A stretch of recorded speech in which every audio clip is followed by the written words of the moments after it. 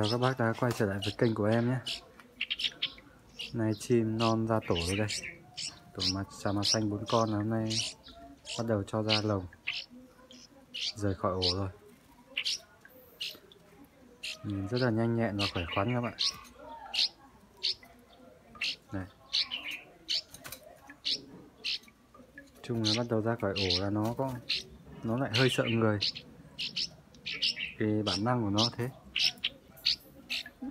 Phải tập làm quen dần cho nó thêm một chút nữa mới được. Giờ thấy người là nó lại sợ các bạn, nhảy loạn. Kiểu nó biết người mình không phải là bố mẹ của nó nên nó sợ.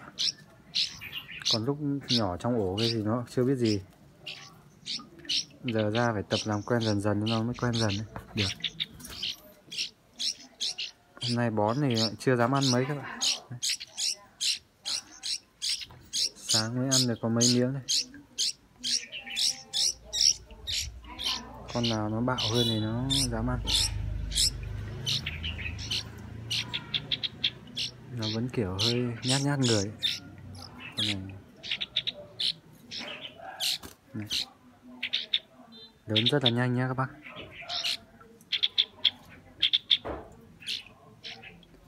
Tập làm quen dần cho nó, cho một con màu giọng hay để bên gần lồng nó cho nghe giọng luôn.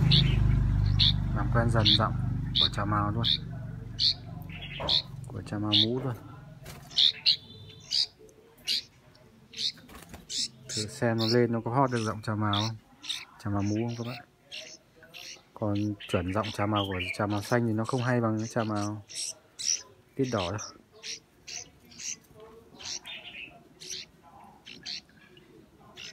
Cám cho đây luôn để tiện bón luôn các bạn. Loại này một thời gian nữa mới biết mổ. Đến lúc biết mổ thì nhàn rồi, chỉ cần cho chuối cho cám vào thôi, nước vào là chúng nó khác biết tự ăn. Mình nhàn hơn, chỉ khổ lúc đầu bón thôi. Cứ nhanh lắm. Bây giờ đang chuẩn bị tập bay rồi. Bay được một đoạn nữa các bạn. Nhìn rất là cưng nhé.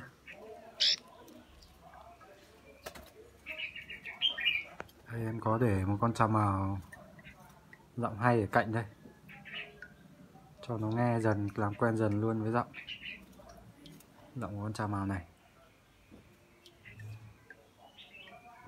Không biết là có hót được giọng hay như trà mào không các bạn. Thử xem như nào.